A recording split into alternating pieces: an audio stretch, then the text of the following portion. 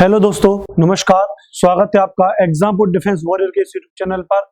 मैं हूं अनुपम भारद्वाज और समय हो चुका है 6 बज चुके हैं और आप जानते हैं कि 6 से 7 हम करते हैं ज्योग्राफी की क्लास। ज्योग्राफी का टॉपिक करते हैं और लास्ट टॉपिक जो ज्योग्राफी का हमारा था, उस टॉपिक में हमने आपसे बात की थी महासागर की संरचनाओं के बारे में, जिसमें हमने आपसे बताया था कि महासागर कैसे बने हैं। हमने आपको बताया था महासागर की आंतरिक संरचना क्या है। मैंने आपको बताया था महाद्वीपीय निमग्न तट यानी कॉन्टिनेंटल शेल्फ क्या होते हैं। मैंने आपको बताया था महाद्वीपीय ढाल यानी कॉन्टिनेंटल स्लोप क्या होते हैं।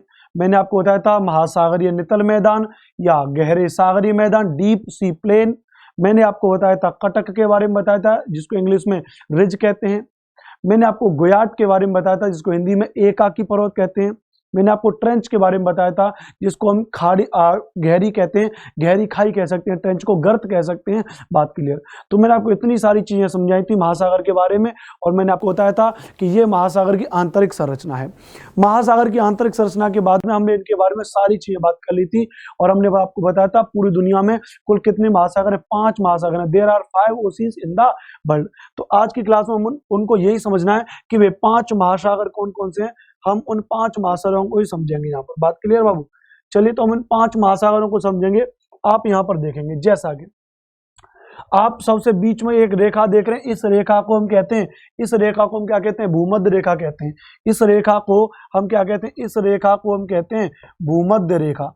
क्या कहते हैं इस रेखा को? इस रेखा को हम कहते हैं भूमध्य रेखा यानी इक्वेटर लाइन कहते हैं। क्या कहते हैं? Equator line. अब ध्यान रखिएगा, इस इक्वेटर लाइन से ऊपर एक आप ये देख रहे हैं, ये अब आपका आर्कटिक ओशियन यानी इसको हम कहेंगे आर्कटिक महासागर कहेंगे। इसको हम क्या कहेंगे? इसको हम कहेंगे आर्कटिक महासागर कहेंगे। क्या कहेंगे इसको हम कहेंगे आर्कटिक महासागर। यहाँ पर हमारा ये अटलांटिक महासागर, इसको हम कहेंगे अटलांटिक महासागर। क्या कहेंगे इसको हम कहेंगे अटलांटिक महासागर। बात क्लियर है? यहाँ पर हमारा ये कि महासागर है, ये हमारा इंडियन ओशियंस। कौन सा? हमारा इंडियन ओशियंस। तो इसको हम कहेंगे हिंद महासागर। इसको हम क्या कहेंगे? तो इसको हम कहेंगे यहाँ पर क्या कहेंगे? इसको हम कहेंगे यहाँ पर हिंद महासागर। क्या कहेंगे इसको हम कहेंगे हिंद महासागर। क्या कहेंगे? हिंद महासागर कहेंगे। बात समझ में आ रही? चौथा हमारा इसको हम कहेंगे सदर्न ओशियंस यानी इसको हम कहेंगे अंटार्कटिक महासागर कहेंगे। इसको हम क्या कहेंगे? इसको हम अंटार्कटिक महासागर कहेंगे। क्या कहेंगे इसको हम कहेंगे अंटार्कटिक महासागर। पहली बात तो ये। और लेकिन ध्यान रखिएगा, एक ऐसा महासागर है हमारा जो दो तरफ घुमा हुआ है, जिसको हम कहते हैं पैसिफिक ओशियंस। क्या कहते हैं? पैसिफिक ओशियंस, जो हमारे इस तरीके से घुमा हुआ है 2 जगह। तो तीसरा हमारा हो गया, ये हो गया हमारा प्रशांत महासागर। ये हमारा कौन सा हो गया? प्रशांत महासागर। क्या हो गया हमारा? प्रशांत महासागर। बात समझ में आ रही है? तो ये आपके सामने there are 5 oceans in the world. दुनिया में जो 5 महासागर हैं, वे दुनिया के 5 महासागर आपके सामने हैं, जिसमें नंबर 1 आर्कटिक महासागर, नंबर 2 प्रशांत महासागर। कैसे भी नंबरिंग दे सकते हैं, क्रमबद्ध तो बाद में नंबरिंग देंगे।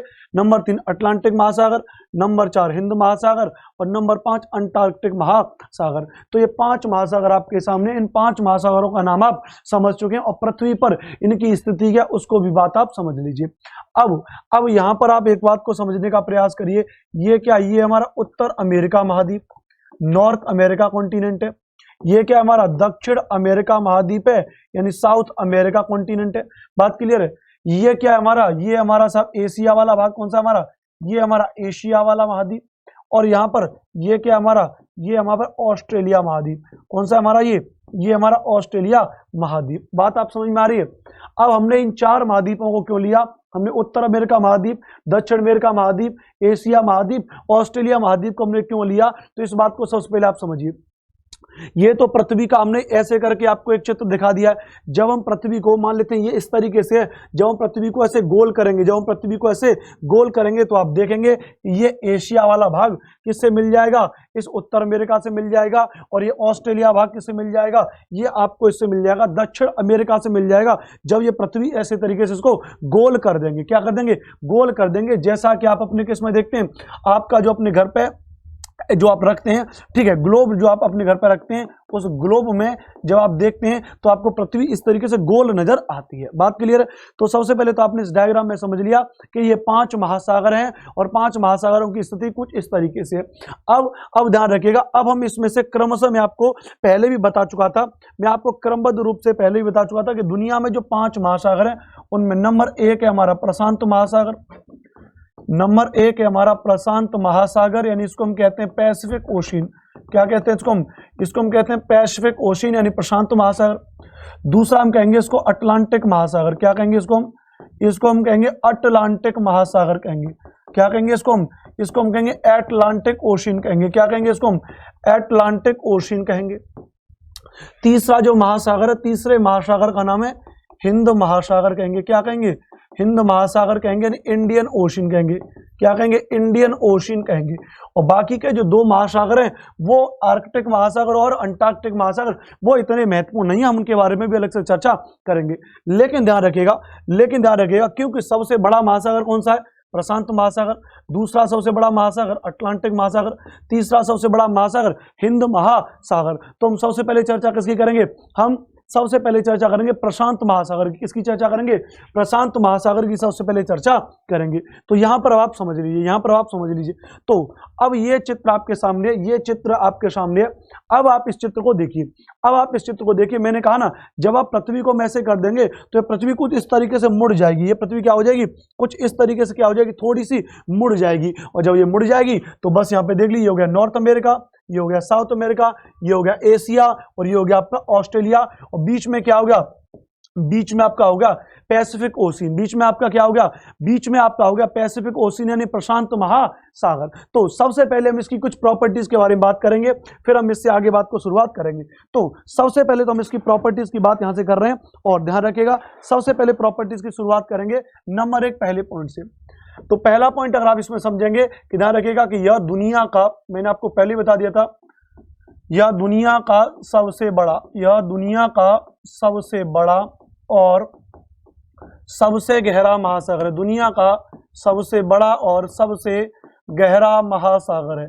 It is the deepest and it is the biggest ocean in the world. दुनिया का सबसे बड़ा और सबसे गहरा महासागर है। दूसरी बात ध्यान रखना, यह पृथ्वी के 33% क्षेत्रफल पर, पृथ्वी के 33% क्षेत्रफल पर फैला हुआ है। किस पर फैला हुआ है? तो पृथ्वी के 33% क्षेत्रफल पर फैला हुआ है। ध्यान रखिएगा, यह पृथ्वी के 33% क्षेत्रफल पर फैला हुआ है। कौन? हमारा प्रशांत महासागर। कौन? हमारा प्रशांत महासागर। दूसरी बात ध्यान रखिएगा, अगर बात करेंगे इसका क्षेत्रफल 16.5 करोड़ वर्ग किलोमीटर है। करोड़ वर्ग किलोमीटर इसका क्षेत्रफल कितना है? इसका क्षेत्रफल है 16.5 वर्ग किलोमीटर। दूसरी बात करेंगे इसका आकार कैसा है? तो इसका आकार त्रिभुजाकार है। इसका आकार कैसा है? त्रिभुजाकार है। The shape of Pacific oceans just like a triangle shape. त्रिभुजाकार आकार का है। क्यों त्रिभुजाकार आकार का है? इसको भी आप बात को ध्यान से समझिए। अगर त्रिभुजाकार आकार की यहां पर बात करेंगे तो आप देख रहे हैं कि ये फैला हुआ है, ये हमारा क्या फैला हुआ है? ये हमारा फैला हुआ है प्रशांत महासागर। ये हमारा क्या फैला हुआ है? प्रशांत महासागर फैला हुआ है। अब हम इसको ऐसे करके, अगर मैं यहां पे बना दूं ऐसे करके अगर हम इसको लगभग देखेंगे तो ये क्या बनाता है? एक लगभग यूं कुछ इस तरीके से ट्राइंगल से बनाता है। क्या बनाता है? कुछ इस तरीके से ट्राइंगल से बनाता है। ध्यान रखिएगा, तो इसीलिए हम कहते हैं कि प्रशांत महासागर का आकार कैसा है? त्रिभुजाकार है। प्रशांत महासागर का आकार कैसा है? त्रिभुजाकार है। ध्यान रखिएगा। दूसरी बात अगर इसमें करें, यहां पर दूसरी बात कर सकते हैं। ध्यान रखिएगा कि प्रशांत महासागर का क्षेत्र 4 महाद्वीपों में फैला हुआ है। 4 महाद्वीपों में फैला हुआ है। कितने महाद्वीपों में फैला हुआ है? 4 महाद्वीपों में फैला हुआ है। कितने महाद्वीपों में फैला हुआ है? 4 महाद्वीपों में फैला हुआ है। कौन कौन से 4 महाद्वीप हैं आप समझ गए? Number 1 north America, number 2 south America, number 3 Asia और नंबर 4 ऑस्ट्रेलिया। इन 4 महाद्वीपों के आप नाम भी लिख देंगे तो ये आपके सामने बेसिक है। इंग्लिश में ट्रांसलेट कर सकते हैं, यह दुनिया का सबसे बड़ा, it is the biggest and also it is the deepest ocean in the world. Second, यह पृथ्वी के 33% क्षेत्रफल पर फैला हुआ है। It is spread all over 33% area of the earth. इसका क्षेत्रफल 16.5 crore square kilometre and it's area यानी पैसिफिक ओशियंस का एरिया कितना है 16.5 करोड़ स्क्वायर किलोमीटर है एंड इसका आकार त्रिभुजाकार है। Its shape just like a triangle and बात करेंगे कि इसका जो जलीय क्षेत्रफल है वो 4 महाद्वीपों में फैला हुआ है। इट्स वाटर जो बॉडी है इसकी वाटर बॉडी जलीय राशि है। It's water body spread in 4 continent region 4 महाद्वीपों के क्षेत्र में फैली हुई है। तो कुछ इस तरीके से आप इसको समझ पैदा कर सकते हैं, अपने अंदर समझ सकते हैं चीजों को। ये आपके सामने कुछ बेसिक चीजें हो जाएंगी। बात समझ में आ रही है? बात समझ में आ रही है आपकी यहाँ पर? तो ये क्या हो जाएगा, ये आपके सामने यहाँ पर आपकी कुछ बेसिक चीजें हो जाएंगी। बात समझ में आ रही है? चलिए बहुत बढ़िया। अब हम एक एक करके बात समझेंगे। अब हम एक एक करके बात समझेंगे। मैंने आपको बताया था कि महासागरों के अंदर बहुत सारी चीजें पाई जाती हैं, जैसे मग्न तट होते हैं, सबसे पहला निमग्न तट होते हैं, दूसरा महाद्वीपीय ढाल होते हैं, तीसरा गहरे सागरीय मैदान होते हैं, चौथा कटक होते हैं, पांचवा रिज होते हैं यानी रिज यानी कटक को ही बोलते हैं, गर्त होते हैं, ट्रेंच होती हैं। ये सब बातें मैंने आपको बताई थी, लेकिन अब हम इसमें थोड़ा सा परिवर्तन करेंगे और समझेंगे। सबसे पहले ध्यान रखिएगा, अगर मैं इसकी बात करूं तो मैं क्या करता हूं यहाँ पर, मैं कोशिश करता हूं कि क्या इसको कॉपी किया जा सकता है। तो यहाँ पर मैं देख सकता हूं कि इसको कॉपी किया जा सकता है यहाँ से, हाँ ठीक है, इसको कॉपी किया जा सकता है यहाँ से। मैं इसको दूसरी जगह पेस्ट कर लूंगा। तो एक तो आपके सामने ये हो गया, एक तो आपके सामने ये हो गया। बात क्लियर है? अब हम यहाँ पर इसको दोबारा से कर लेते हैं और मुझे लगता है इसको पेस्ट कहाँ से किया जाएगा तो अब ये तो नहीं पता है, लेकिन यहाँ से देख लेता हूँ मैं, यहाँ से कहीं से कुछ पेस्ट वगैरह हो जाएगा है ना, तो नहीं पता है, लेकिन मैं डायरेक्ट इंपोर्ट कर लेता हूँ। मैं इस वाले मैप को यहाँ से मैं इंपोर्ट कर लेता हूँ। हाँ ये ठीक है, चलिए मैंने दोबारा से इसको यहाँ पे इंपोर्ट कर लिया। अब हम दोबारा से इसके बारे में पढ़ेंगे, दोबारा से यहाँ पर मैं इसके बारे में पढ़ेंगे, ध्यान रखिएगा। तो मैंने दोबारा से जब इसको यहाँ पर समझेंगे तो अब समझिएगा चीजों को बारीक से। अब देखिएगा, सबसे पहली बात, क्योंकि मैंने आपको बताया था कि जो होता है, सबसे पहले मैंने आपको बताया था कि एक होता है जिसको हम कहते हैं महाद्वीपीय निमग्न तट। क्या बताया था मैंने आपको? महाद्वीपीय निमग्न तट। महाद्वीपीय निमग्न तट यानी इसको इंग्लिश में कहते हैं कॉन्टिनेंटल शेल्फ बोलते हैं, महाद्वीपीय निमग्न तट बोलते हैं। तो मैंने आपको बताया था महाद्वीपीय निमग्न तट क्या होता है कि जहां पर एक तरफ तो महासागर और एक तरफ महाद्वीप का जो मिलन बिंदु है उसको हम क्या कहेंगे? महाद्वीपीय निमग्न तट कहेंगे। कैसे? मान लेते हैं ये हो गया हमारा महाद्वीपीय क्षेत्र, और महाद्वीपीय क्षेत्र के साथ साथ ये क्या हो गया? ये हमारा हो गया महासागरीय क्षेत्र। क्या हो गया? महासागरीय क्षेत्र। अब इन महासागरीय धाराओं के गति करने से क्या हो जाएगा? इसका इतना क्षेत्रफल क्या हो जाएगा? इसका इतना क्षेत्रफल क्या हो जाएगा? टूट जाएगा। क्या हो जाएगा? यानी गल जाएगा, कुछ भी हो जाएगा, क्षेत्र हट जाएगा। तो ये पानी कहाँ जाएगा? यहाँ तक आ जाएगा। ये पानी कहाँ जाएगा? यहाँ तक आ जाएगा। तो इतने वाले इस क्षेत्र को, यहाँ तक ये जो पानी वाला क्षेत्र आ गया है, यहाँ तक ये, इस वाले क्षेत्र को हम क्या कहते हैं? महाद्वीपीय निमग्न तट कहते हैं, कॉन्टिनेंटल शेल्फ कहते हैं। ये बात मैं आपको पहले ही बता चुका था। बात समझ में आ रही है? अब लेकिन बात को ध्यान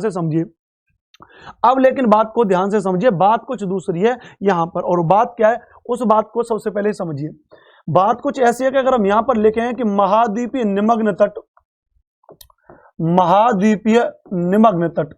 तट, ये प्रश्न बड़ा महत्वपूर्ण है, पॉइंट बड़ा महत्वपूर्ण है कि जो महाद्वीपीय निमग्न तट है, अगर इसकी बात करेंगे कि महाद्वीपीय निमग्न तटों पर या उनकी चौड़ाइयों पर तटीय स्थलीय उच्चावच का नियंत्रण रहता है। महाद्वीपीय निमग्न तटों की चौड़ाई पर, महाद्वीपीय निमग्न तटों की चौड़ाई पर तटीय स्थलाकृतियों या तटीय उच्चावचों का या तटीय स्थलीय उच्चावचों का, ऐसे पूरा शब्द लिख लेते हैं, तटीय स्थलीय उच्चावचों का नियंत्रण रहता है। क्या रहता है? नियंत्रण रहता है। ये थोड़ी सी जटिल भाषा है, क्लिष्ट भाषा है, लेकिन आप समझेंगे तो आप इसको समझ जाएंगे। कैसे समझ जाएंगे? देखिए, सबसे पहले महाद्वीपीय निमग्न तटों की चौड़ाई पर तटीय स्थलीय उच्चावचों का नियंत्रण रहता है। कहने का मतलब क्या है? कहने का मतलब ये कि जैसे यहाँ पर समझेंगे, हम यहाँ पे आप मैप पे ध्यान दीजिए। जैसे ये हमारा क्या है? प्रशांत महासागर है। अब इस प्रशांत महासागर का पानी क्या होगा? ऐसे बार बार जाएगा तो साउथ अमेरिका की ये जो भूमि है, साउथ अमेरिका की, इस साउथ अमेरिका की भूमि से टकराएगा। अरे बोलो हाँ या ना?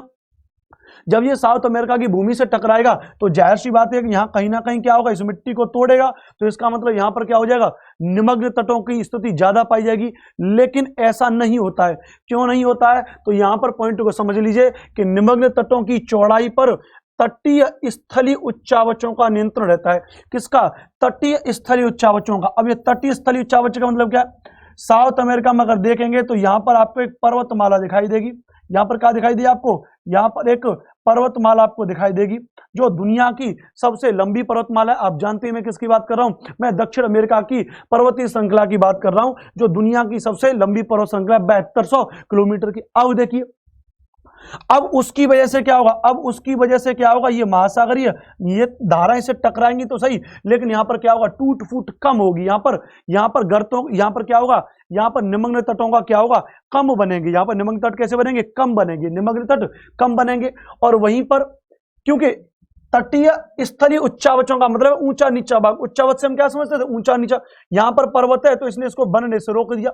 लेकिन जब यही महासागरीय धाराएं जब यहां टकराएंगी, एशिया वगैरह से टकराएंगी, यहां पर इससे टकराएंगी, थोड़ा सा यहां पर इस ऑस्ट्रेलिया वाले भाग से टकराएंगी, यहां पर इससे टकराएंगी, तो यहां पर तो कोई बहुत बड़ी क्या नहीं है? स्थलीय उच्चावच नहीं है, कोई बहुत बड़ी क्या नहीं है? पर्वत श्रृंखला नहीं है। क्या नहीं है? कोई बहुत बड़ी पर्वत श्रृंखला नहीं है। तो ध्यान रखिएगा, यहां पर हम एक पॉइंट लिख सकते हैं कि जहां पर स्थलीय तट पर कोई लंबी पर्वत श्रृंखला होगी, बड़ी पर्वत श्रृंखला होगी, तो वो निमग्न तटों को कम बनने देगी, कम चौड़े बनेंगे, कमजोर बनेंगे। लेकिन जहां पर स्थलीय उच्चावच है वो कैसे होंगे? मैदानी होंगे। वहां पर क्या होगा? वहां पर निमग्न तट क्या बनेंगे? गहरे बनेंगे। अरे भाई सिंपल भाषा में समझिए, ये पानी जा रहा है ना, मैंने आपको कितनी बार समझाया, ये है स्थलीय आकृति। अब ये ऐसे बन गई थी। क्यों बन गई थी? कि यहां तक इसको पानी पहले क्या थी? आवासीय रूप से ऐसे था ना, ऐसे था आवासीय रूप से, लेकिन इसको क्या कर दिया? इस पानी ने तोड़ दिया, यहां तक आ गया। अब ऐसे ही अब मान लेते हैं यहां पर अगर कोई पर्वत होगा, तो क्या ये पानी इसको तोड़ के आगे बढ़ेगा? नहीं बढ़ पाएगा। तो स्थलीय निमग्न तट कम बनेंगे। और जब ये नहीं होगा, जो क्या होगा? मैं इसे मान लेता हूं, मैं ये बिल्कुल ऐसे प्लेन होगा, तो ऐसे ये पानी होगा यहाँ पे, तो ये पानी क्या होगा? जितना ये पानी अधिक अंदर जाएगा, उतना ही क्या करेगा? ये उतने अधिक मजबूत और गहरे और ज्यादा अधिक चौड़े निमग्न तटों का निर्माण करेगा। बात यहां तक समझ में आ गई? तो अब आप मुझे ये बताइए यहां पर कि अगर मैं आपसे बात करूं कि प्रशांत महासागर में अगर आपसे ये पूछना चाहूं कि बताइए कम गहरे या कम चौड़े निमग्न तट कहां पर पाए जाएंगे, और अधिकांश गहरे या अधिकांश ज्यादा निमग्न तट कहां पर पाए जाएंगे, तो इनका जवाब आपको देना पड़ेगा। कैसे? देखिएगा, सबसे पहले ध्यान से समझिएगा। सबसे पहले अगर आप ध्यान से समझेंगे यहां पर, तो इसमें पहले आप आगे एक पॉइंट लिख सकते हैं। इसमें आप पॉइंट लिख सकते हैं कि दक्षिण अमेरिका का प्रशांत महासागरीय मग्न तट एंडीज पर्वत की वजह से कैसा हो गया? सकरा हो गया। तो आप लिख सकते हैं, यहां पर आप लिख सकते हैं कि दक्षिण अमेरिका का प्रशांत महासागरीय मग्न तट, दक्षिण अमेरिका का प्रशांत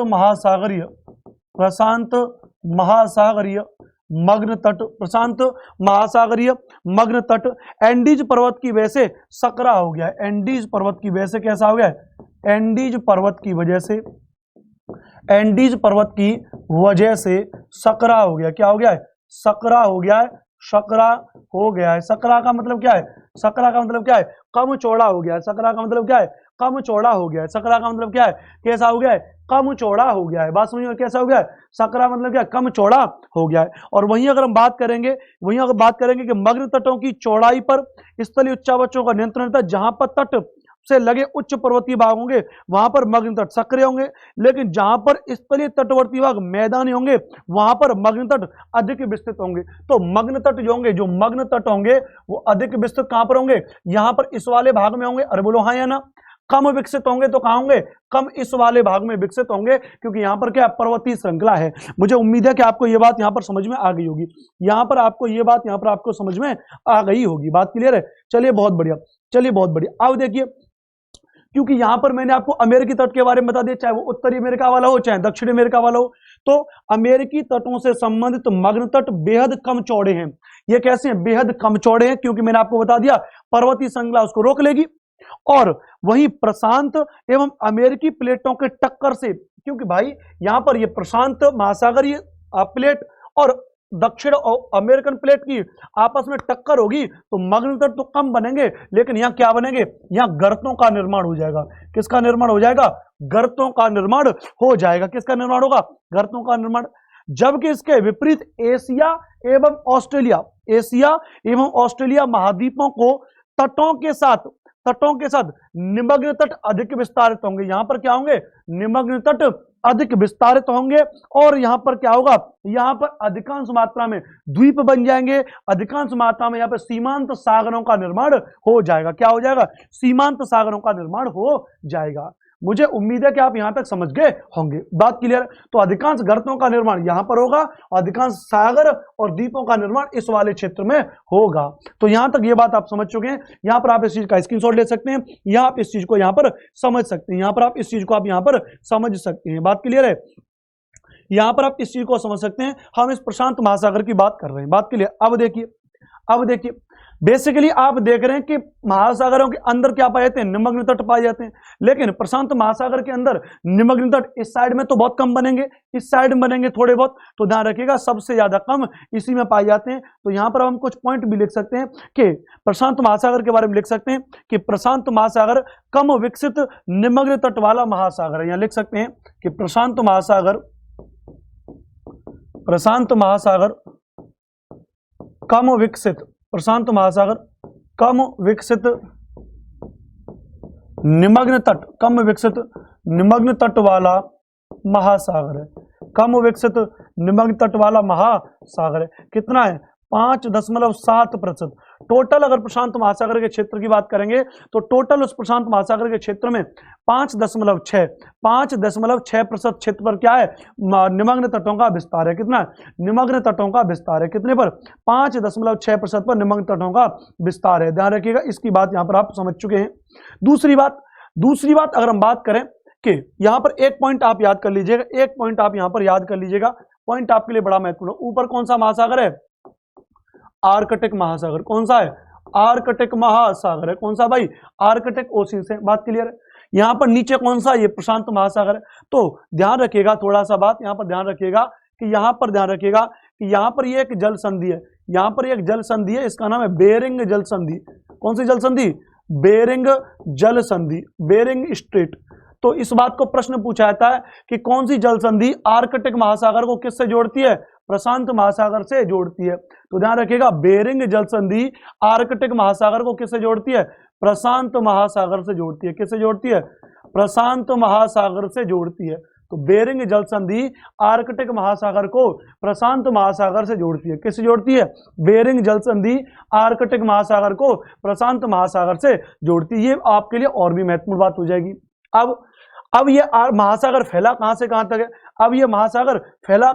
तक है, तो थोड़ा इसके बारे में बात कर सकते हैं। अगर आपने इसका यहां तक स्क्रीनशॉट ले लिया होगा तो मैं हट जाता हूं, अगर आपने इसका स्क्रीनशॉट ले लिया होगा तो मैं क्या करता हूं, आपको यहां पर मैं क्या करता हूं, एक नया पेज ले लेता हूं यहां पर, और वापस से मैं क्या कर लेता हूं, इसी पेज को क्या कर लेता हूं, मैं इंपोर्ट कर लेता हूं वापस से यहां पर। तो ये आपके सामने वापस से एक और पेज आ गया, प्रशांत महासागर का। अब एक बार इसको और समझ लीजिए, और कैसे समझेंगे इसको, तो ध्यान देखते हैं। अब ध्यान रखिएगा कैसे इसको समझेंगे यहां पर।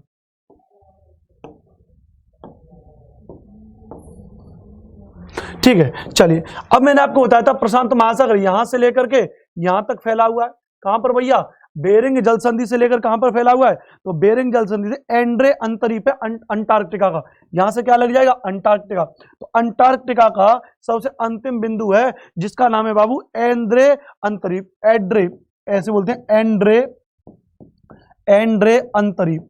तो जो एंड्रे अंतरीप है, ये हिस्सा किसका है, ये हिस्सा अंटार्कटिका का। किसका हिस्सा, ये हिस्सा अंटार्कटिका का। किसका हिस्सा बाबू, ये बाबू हिस्सा है अंटार्कटिका का हिस्सा है।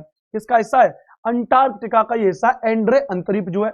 और यहां पर क्या है, यहां पर ये है हमारे यहां पर बेरिंग जल संधि। क्या है, बेरिंग जल संधि।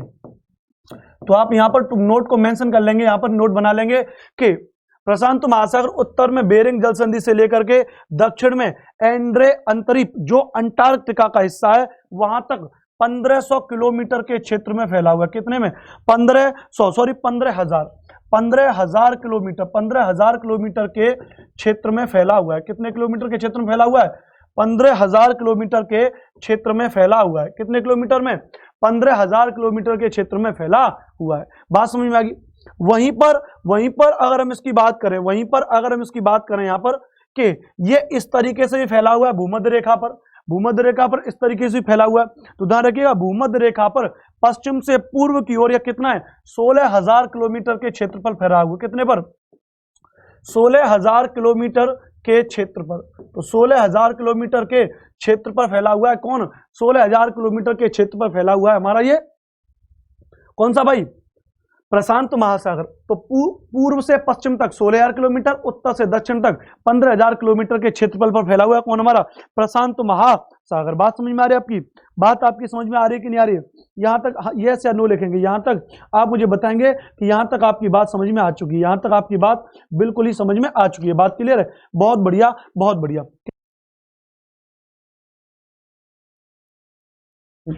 बात क्लियर है? अब देखिए, अब यहां पर इस प्रशांत महासागर में दो बातें निकल के आती हैं। नंबर एक, प्रशांत महासागर की धाराएं कौन सी हैं, ओशियन करंट कौन सी हैं। तो ओशियन करंट तो मैं अलग से कराऊंगा आपको, सभी महासागरों की एक साथ कराऊंगा। लेकिन हम यहां पर क्या पढ़ लेते हैं? हम यहां पर द्वीप पढ़ लेते हैं, हम यहां पर कुछ गर्तों के नाम पढ़ लेते हैं, गर्तों के नाम पढ़ लेते हैं, हम यहां पर कुछ सागरों को नाम पढ़ लेते हैं जो इस महासागरों से संबंधित हैं। तो हम पढ़ेंगे सबसे पहले कि प्रशांत महासागर के अंदर कौन कौन से सागर हैं, कौन कौन सी गर्तें हैं, कौन कौन से द्वीप हैं। तो आप यहां पर समझेंगे, कि प्रशांत महासागर के अंदर कौन कौन से सागर या कौन कौन सी गर्तें हैं। तो सबसे पहली बात ध्यान दीजिएगा, तो प्रमुख गर्तें आखिरकार कौन कौन सी, ट्रेंच का मतलब आप समझ गए कि प्रशांत महासागर में कौन कौन सी ट्रेंच हैं। तो सबसे पहले आप याद कर लेंगे कर्माडेक गर्त। ये मैंने आपके लिए एक्स्ट्रा पॉइंट इसलिए लिख करके यहाँ पे तैयार रखे हैं पहले से, ताकि आप इनको याद कर लें, स्क्रीनशॉट ले लें, कॉपी में अपनी मेंशन कर लें। इतना डिटेल में कोई नहीं पढ़ाने वाला। कर्माडेक गर्त, एल्यूशियन गर्त, कौन सा? एल्यूशियन गर्त, क्यूराइल गर्त, जापान गर्त, फिलिपाइन गर्त, अटाकामा गर्त, रिक्यू गर्त, नीरो गर्त, ये नानल, नीरो गर्त, बुक गर्त, बेली गर्त, प्लानेट गर्त। सबको इंग्लिश में वही ट्रांसलेट करेंगे, हिंदी इंग्लिश बिल्कुल एक है। बात क्लियर है? बहुत बढ़िया। ये ठीक है, तो ये क्या हो जाएंगी? आपकी गर्त हो जाएंगी। ये क्या हो जाएंगी? आपकी गर्त हो जाएंगी। लेकिन ध्यान रखिएगा, इसी प्रशांत महासागर में अगर हम बात करेंगे तो यहां पर इसी प्रशांत महासागर में एशिया देख रहे हैं आप, इस एशिया के पास में हमारा यहाँ पर ये फिलिपाइन द्वीप समूह यहाँ पर ये हमारा, और इस फिलिपाइन द्वीप समूह में यहाँ पर ही क्या हमारी, यहाँ पर हमारी क्या, दुनिया की सबसे गहरी गर्त, इसका नाम क्या है? जिसका नाम है हमारा चैलेंजर गर्त या मारियाना गर्त। तो ध्यान रखें, एक गर्त है मारियाना गर्त। कौन सी बाबू? मारियाना गर्त। और इसी को हम कहते हैं चैलेंजर गर्त। क्या कहते हैं इसको हम कहते हैं चैलेंजर गर्त। तो मारियाना गर्त, चैलेंजर गर्त कितनी है? 11,022 किलोमीटर। तो 11,022 किलोमीटर गहरी है। कहीं कहीं पर 11,033 भी कहते हैं, लेकिन वो इतना महत्वपूर्ण नहीं है। महत्वपूर्ण ये एनसीईआरटी मानता है 11,022 किलोमीटर है। कहां पर ये हमारे फिलीपींस द्वीप समूह के पास, फिलीपींस द्वीप समूह के पास स्थित है, जो दुनिया की सबसे गहरी गर्त है। और कहां पर स्थित है? प्रशांत महासागर में स्थित है। कहां पर स्थित है? प्रशांत महासागर में स्थित है। बात क्लियर है? चलिए आगे बात कर लेते हैं प्रशांत महासागर में कौन कौन से प्रमुख सागर हैं। अब आपको क्या लेना? आपको लेना एटलस का मैप। एटलस उठा लेना आपको। उस एटलस में आपको जो ये चारों महाद्वीप हैं और उनमें जो प्रशांत महासागर वाला है, उस प्रशांत महासागर वाले को आपको खोलना है और आपको उसमें सर्च करना है और वहां पे मार्क करना है कि ये कौन कौन से सागर, कौन कौन सी गर्तें। चाहे तो मैंने आपको ये जो भी गर्त कराई, ये सभी गर्तें, और चाहे मैं अभी आपको ये सारे के सारे सागर बता रहा हूँ, इन सभी के सभी सागर में आप वहां पर जाकर के मार्क करेंगे और देखेंगे। बेरिंग सागर मैंने सबसे पहले बता दिया, ओखोत्स्क सागर रूस के पास में, जापान सागर जापान देश के साथ में, पूर्वी चीन सागर, दक्षिणी चीन सागर आप जानते ही हैं बहुत विवादित चल रहा है, सेलिवित सागर उससे नीचे है, अराफुरा सागर, कोरल सागर, तस्मान सागर। तो ये कुछ प्रमुख सागर है किसमें? प्रशांत महासागर में। किसमें भाई? प्रशांत महासागर में ये कुछ प्रमुख सागर हैं और इन प्रमुख सागरों के बारे में आपको पता होना चाहिए। तो आप जाकर के इन सभी के सभी सागरों के बारे में सर्च करेंगे और उसमें जाकर के इसके बारे में देखेंगे। बात यहां पर समझ में आ रही है आपकी? अरे बोलो हाँ या ना। बात क्लियर है? चलिए बहुत बढ़िया। अब बात करेंगे कुछ हम प्रमुख द्वीप के बारे में। किसके बारे में बात करेंगे हम? कुछ प्रमुख द्वीप के बारे में बात करेंगे। किसके बारे में बात करेंगे? कुछ प्रमुख द्वीप के बारे में बात करेंगे। बात क्लियर? तो चलिए देख लेते हैं कि इसके कौन कौन से द्वीप हो जाएंगे।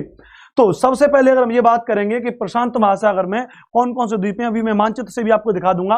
अभी देख ही लीजिए आप सभी लोग, अगर देखना चाहते हैं कि मानचित्र के द्वारा अगर आप इसको देखना चाह रहे हैं कि मानचित्र में कौन सा इसका कौन सा महासागर कहां पर है, तो यहीं पर हम इसको जो है यहीं पर हम जो है मंगा लेते हैं और जो है अपने मानचित्र को हम यहीं पर एक और ले लेते हैं। मैंने आपको बताया था, तो ये लीजिए, ये आपका आ गया, यहाँ पर मानचित्र आ गया। अब आपका देखिए, यहाँ पर समझिए ध्यान से।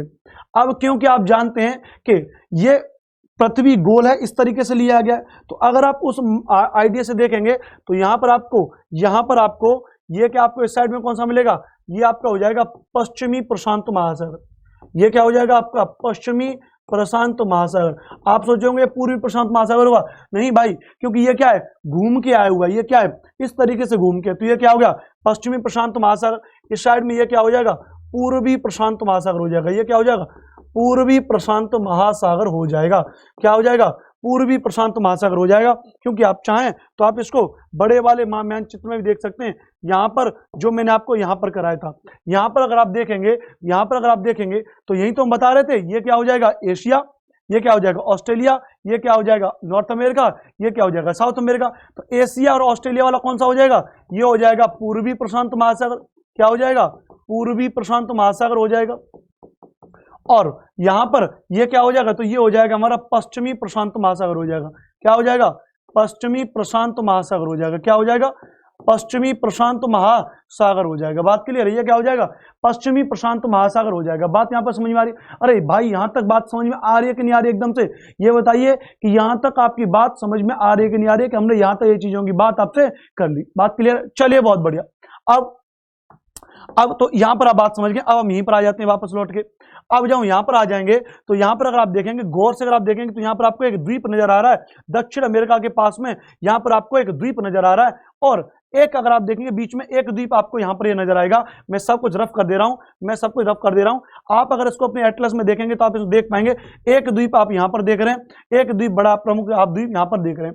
ये जो द्वीप है, इस द्वीप को हम कहते हैं हवाई द्वीप। कौन सा द्वीप कहते हैं इसको कहते हैं हवाई द्वीप कहते हैं। क्या कहते हैं? हवाई द्वीप कहते हैं। हवाई द्वीप पर किसका कब्जा है? अमेरिका का कब्जा है। किस पर? अमेरिका का 49वां प्रांत है हवाई द्वीप, 50वां अमेरिका का। हवाई द्वीप की जो राजधानी वो है होनोलुलु। क्या है? Honolulu is the capital of हवाई द्वीप। हवाई द्वीप की राजधानी क्या है? होनोलुलु है। ध्यान रखिएगा। और ध्यान रखिएगा, इस हवाई द्वीप पर अगर आप देखेंगे तो इस हवाई द्वीप पर एक ज्वालामुखी है जिसका नाम है मोनोलोआ। क्या है? मोनोलोआ जो है एक सक्रिय ज्वालामुखी है। किस पर? हवाई द्वीप पर। और ध्यान रखिएगा, यह मोनोलोआ जो है यह दुनिया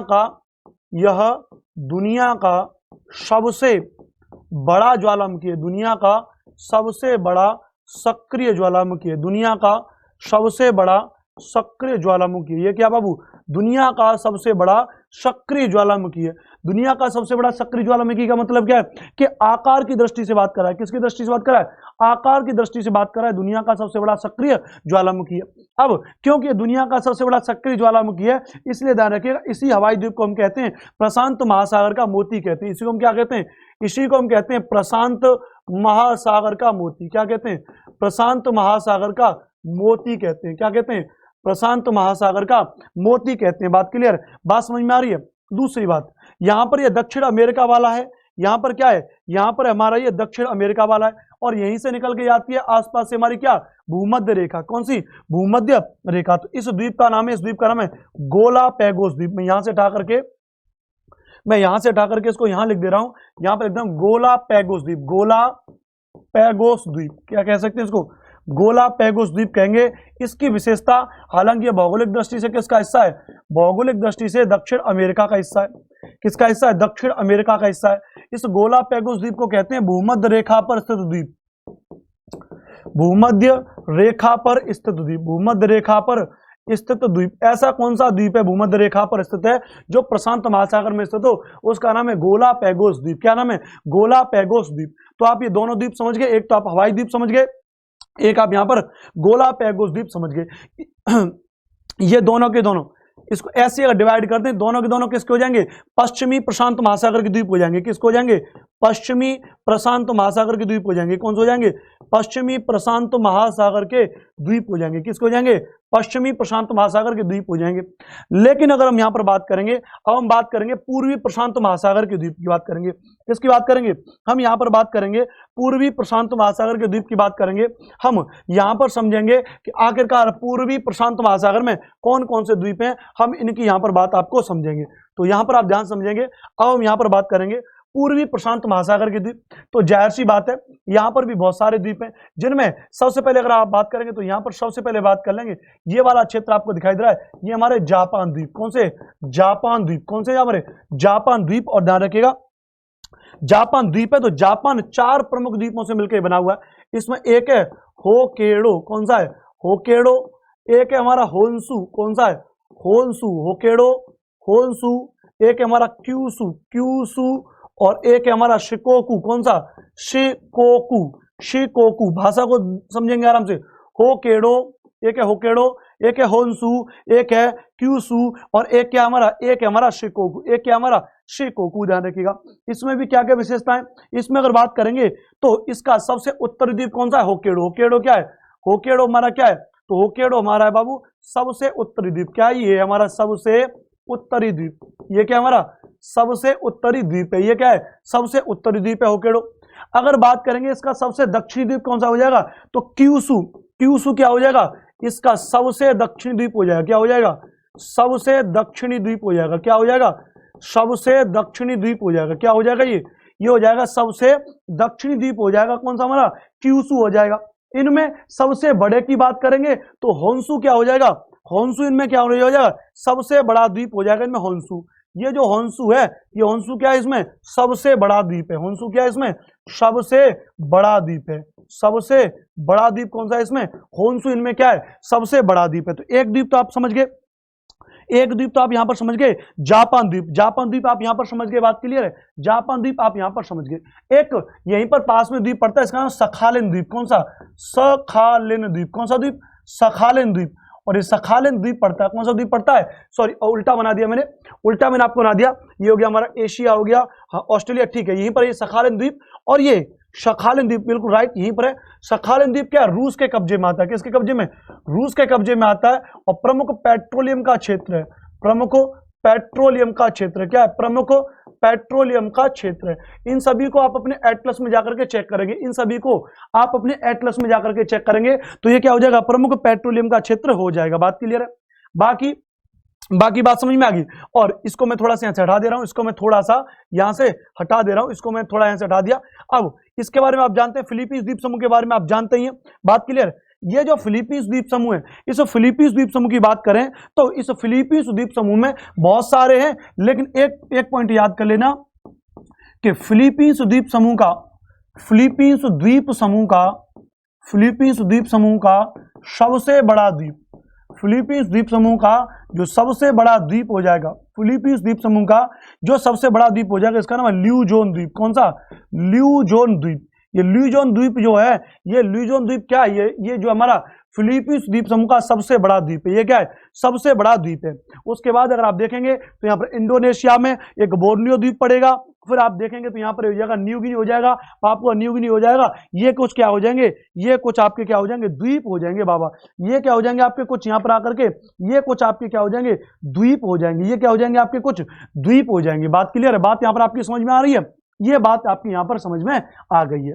लेकिन बात को ध्यान से समझिएगा, लेकिन बात को यहां पर ध्यान से समझिएगा कि अगर हम यहां पर आपसे बात करें, अगर हम आपसे यहां पर बात करें, हम किस चीज की बात करें, अगर हम आपसे यहां पर बात करें कि ध्यान रखिएगा ये वाला जो क्षेत्र है, ये वाला जो क्षेत्र है, ध्यान रखिएगा ये वाला जो क्षेत्र है, इसकी अगर बात करेंगे यहां पर ये वाला जो क्षेत्र है, यही तो प्रशांत महासागर का क्षेत्र। इसी को हम एक शब्द देते हैं, इसको हम क्या कहते हैं? इसको हम कहते हैं प्रशांत महासागर के चारों ओर की पेटी को परिप्रशांत महासागरीय पेटी कहते हैं। यहां पर लिख लेता हूं मैं इसको, यहां पर मैं इसको लिख लेता हूं, यहां पर मैं इसको साइड में कर दे रहा हूं थोड़ा सा। चलिए ये यहां पर साइड में हो गया। चलिए बहुत बढ़िया, ये भाई साहब को भी यहां से रफ कर दे रहे हैं। चलिए ऐसे बना लेते हैं। तो यहां पर मैंने इसको यहां पर आपका इस तरीके से मैंने आपका यहां पर इसको जो मैंने यहां पर बना लिया। बात क्लियर? चलिए बना लिया। अब यहां पर लिखेंगे, ध्यान रखिएगा, अब हम यहां पर लिखेंगे, हम यहां पर क्या लिखेंगे कि प्रशांत महासागर की चारों ओर की पेटी को, प्रशांत महासागर की चारों ओर की पेटी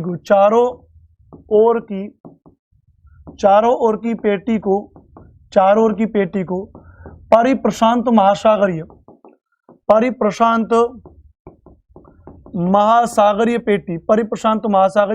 पेटी कहते हैं। क्या कहते हैं? परिप्रशांत महासागरीय पेटी कहते हैं। क्या कहते हैं? परिप्रशांत महासागरीय पेटी कहते हैं। ध्यान रखिएगा, इसी को कहते हैं पृथ्वी का अग्निबलय। क्या कहते हैं? पृथ्वी का अग्निबलय। क्या कहते हैं इसको हम कहते हैं पृथ्वी का अग्निबलय। आखिरकार क्यों कहते हैं, थोड़ा सा 2 मिनट में उसको समझेंगे। जैसे आप सबसे पहले समझेंगे, यहां पर यह जापान, और जापान में एक सक्रिय ज्वालामुखी, एक ज्वालामुखी, इसका नाम है फ्यूजियामा। क्या भाई, यहां पर फ्यूजियामा कहां पर है? जापान में। आप देखेंगे यहां पर जो अमेरिका है, उत्तरी अमेरिका है, उसका यहां पर अलास्का प्रांत है। इस अलास्का प्रांत में क्या है? 10,000 धुआरों की घाटी। क्या? 10,000 धुआरों की घाटी। 10,000 धुआरों की घाटी। अ valley of 1000 smoke. A valley of 1000 smoke. कहां पर? अलास्का में। कहां पर है बाबू? अलास्का में। बात क्लियर? समझिएगा ध्यान से, बात क्लियर। यहाँ पे साउथ अमेरिका का एक देश है इक्वेडोर। यहाँ पर इक्वेडोर है। इक्वेडोर में 2 ज्वालामुखी, एक है कोटोपैक्सी और एक है हमारा चिम्बराजो। तो चिम्बराजो हो जाएगा, कोटोपैक्सी हो जाएगा। बात क्लियर है? तो इनकी अगर हम बात करेंगे तो ये क्या हो जाएंगे? आपके कुछ प्रमुख ज्वालामुखी पर्वत हो जाएंगे। यहां पर अगर आप इंडोनेशिया में देखेंगे तो यहां पर हो जाएगा क्रेकेटाउ। यहां पर क्या हो जाएगा इंडोनेशिया में? क्रेकेटाउ। कहने का मतलब ये है, बात बहुत ही ध्यान समझिए कि ये वाली जो पेटी है, इस वाली पेटी में क्या हो जाता है, थोड़ा रफ कर लेता हूं मैं। इस वाली पेटी में क्या है? यहां पर ज्यादातर ज्वालामुखी विस्फोट, ज्यादातर भूकंप की घटना इसी पेटी में आते हैं। इसी प्रशांत महासागर की इसी पेटी को हम कहते हैं परिप्रशांत महासागरीय पेटी या पृथ्वी का अग्निबलय कहते हैं। तो बात थोड़ी सी जटिल थी, लेकिन हमने आपको पूरा प्रशांत महासागर, मैंने आपको समझाने का प्रयास किया। मैं आपको पूरा प्रशांत महासागर समझाया। एक बार ब्रीफ में अगर आप करना चाहें तो एक बार आप इसको ब्रीफ में यहां पर समझ सकते हैं। एक बार मैं आपको क्लियर कर दिया हूं, यहां पे ब्रीफ में आप इसको समझ सकते हैं। यहां पर हमने कुछ बेसिक इंफॉर्मेशन की बात की थी, प्रशांत महासागर के बारे में कुछ फैक्चुअल तथ्यों की बात की थी, उसके आकार के बारे में बात की थी, इसका आकार ट्रायंगल शेप है। उसके बाद हम उसके बारे में बताए थे, उसके निमग्न तटों के बारे में बताए थे कि कैसे इसके इस साइड में उत्तरी अमेरिका, दक्षिण अमेरिका में निमग्न तटों का निर्माण कम हुआ है, गर्तों का निर्माण ज्यादा हुआ है। कैसे एशिया, ऑस्ट्रेलिया वाले क्षेत्रों में निमग्न तटों और द्वीपों और सागरों का निर्माण क्यों हुआ, इधर सागर क्यों नहीं पाए जाते, इधर सागर क्यों पाए जाते हैं, इनकी वजह भी हमने आपको बताई थी। उसके बाद हमने बताया था कि बेरिंग जल संधि प्रशांत महासागर को आर्कटिक महासागर से जोड़ती है। बेरिंग जल संधि से लेकर के अंटार्कटिका के एंड्रे अंद्री तक इसकी लंबाई 15,000 किलोमीटर है। पश्चिम से पूर्व तक इसकी लंबाई 16,000 किलोमीटर है। बात क्लियर है? ये हमने सारी बातें आपको यहां पर बताई थी। ये मैंने आपको 5 महासागरों के बारे में बताया था। उसके बाद मैंने बताया था ये सारी बातें, प्रमुख गर्तों की बात हमने की थी, प्रमुख सागरों की बात हमने की थी, प्रमुख द्वीप की बात हमने की थी। अच्छा, यहां पर भी लिख रखा था, लेकिन चलिए उसको हमने अलग इस पे यहां पर एक्सप्लेन कर दिया। प्रमुख द्वीप मैंने आपको बता दिए, और प्रमुख द्वीप के बाद मैंने इसको आखिरकार कौन कौन से द्वीप की क्या क्या विशेषता हो सकती है और ये इसको परिप्रशांत महासागरीय पेटी क्यों कहते हैं, ये बात मैंने आपको बताने का यहां पर प्रयास किया। बात समझ में आ रही है? तो इस बात को आप यहां पर समझने का प्रयास करिए। ये बात आपके लिए बड़ी महत्वपूर्ण हो सकती है कि आखिरकार हम इसको ऐसा क्यों कहते हैं। तो इस बात को यहां पर समझने का प्रयास करिए। तो आज के सेशन को हम यहीं पर विराम देंगे, और ध्यान रखिएगा इससे अगली मुलाकात हमारे नेक्स्ट लेक्चर में होगी। और तब तक के लिए आप अपना खुश रहिए, मस्त रहिए। तो जय हिंद, जय भारत, जय एग्जामपुर, कर विजय एग्जामपुर।